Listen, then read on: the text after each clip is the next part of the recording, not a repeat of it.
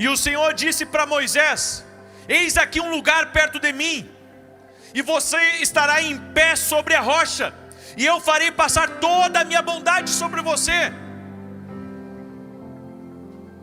Deus estava falando de proximidade. Moisés, você vai ver a minha glória. Esteja aqui na fenda da rocha.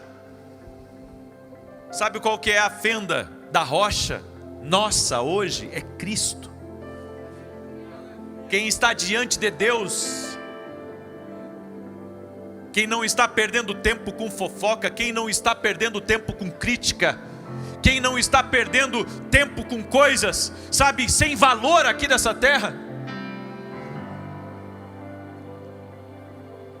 Eu não estou dizendo que você não tem que cultivar o que Deus te deu, mas você deve dar uma prioridade ao que é de Deus. Mesmo você sendo grande, mesmo você sendo poderoso, mesmo você sendo um grande negociador, se a sua prioridade for Deus, você estará na fenda da rocha e a glória vai te tocar. Eu quero liberar uma palavra, porque nesses dias Deus vai levantar muitos improváveis. E Deus vai levantar também pessoas, sabe? Pessoas às vezes que não são simples, como os homens acham que elas deveriam ser. Mas Deus vai levantá-las, lá dentro do trabalho delas, da empresa delas, do lugar que elas estão. Deus vai levantá-las. Porque por muito tempo nós ouvimos dentro da igreja que Deus ia levantar só os simples. Mas Deus vai levantar também pessoas que estão nadando em águas mais profundas. E Deus vai levantar essas pessoas para que a glória dele se manifeste nessas pessoas. E o Senhor disse: e acontecerá que enquanto a minha glória passar, te colocarei numa fenda, na fenda da rocha, te cobrirei com a minha mão, enquanto eu passar. Glória a Deus. Deus colocará a mão, e Moisés iria ver as costas de Deus, o brilho de Deus, mas o rosto de Deus não seria visto. O que acontece quando Deus coloca a mão, hein? O que acontece quando Deus coloca a mão sobre alguém?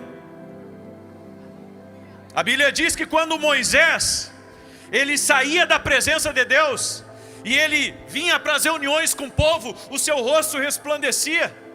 E chegou um momento que Miriam e Arão fizeram um complô contra Moisés, e disseram assim: vem cá, agora Deus só fala contigo.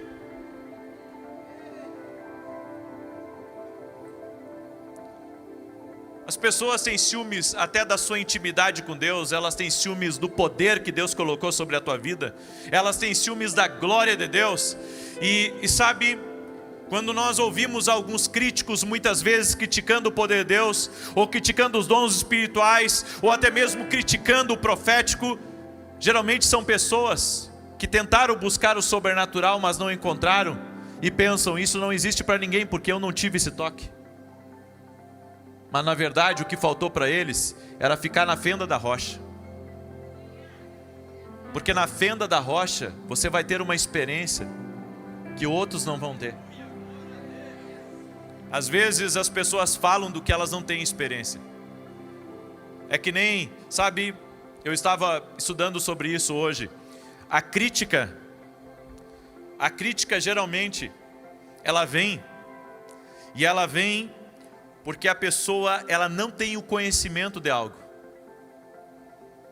Então ela critica o que ela não conhece. E eu quero falar um pouco hoje sobre a proximidade que Deus quer que nós tenhamos. Moisés teve um encontro onde ele foi criado na casa de Faraó por 40 anos. E então depois ele fugiu da casa do Faraó, matou o egípcio e ficou 40 anos fora do Egito. Com quase 80 anos, Moisés teve um encontro que revolucionou a sua vida. E sabe por que Deus fez isso? De manter um pouco Moisés ali e outro pouco no deserto. Ele teve que aprender, olha só, o povo não tinha experiência como Moisés com o deserto. Porque se Moisés olha só, gente, que tremenda essa palavra. Se Moisés tivesse ficado só na casa do faraó, ele nunca iria ter experiência de deserto, mesmo que ele estivesse no deserto, mas ele não teria experiência de sobrevivência no deserto.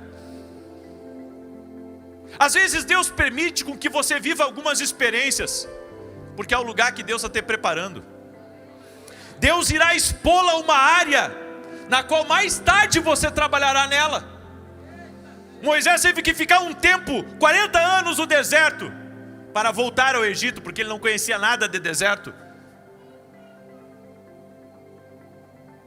Às vezes Deus vai permitir, sabe, com que você viva algumas experiências negativas na vida, para que você tenha um preparo ideal para onde Ele vai lhe restituir lá no futuro. Então essa quebra que aconteceu, essa perda que houve, ela pode ser o seu deserto, que está lhe preparando para um grande retorno. Moisés teve um encontro face a face com Deus. A sarça não se consumia.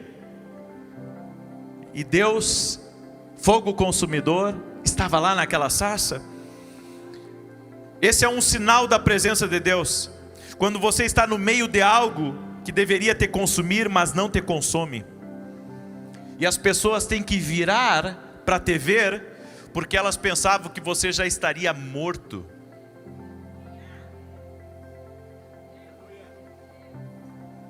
Você entende o que Deus está falando conosco aqui hoje?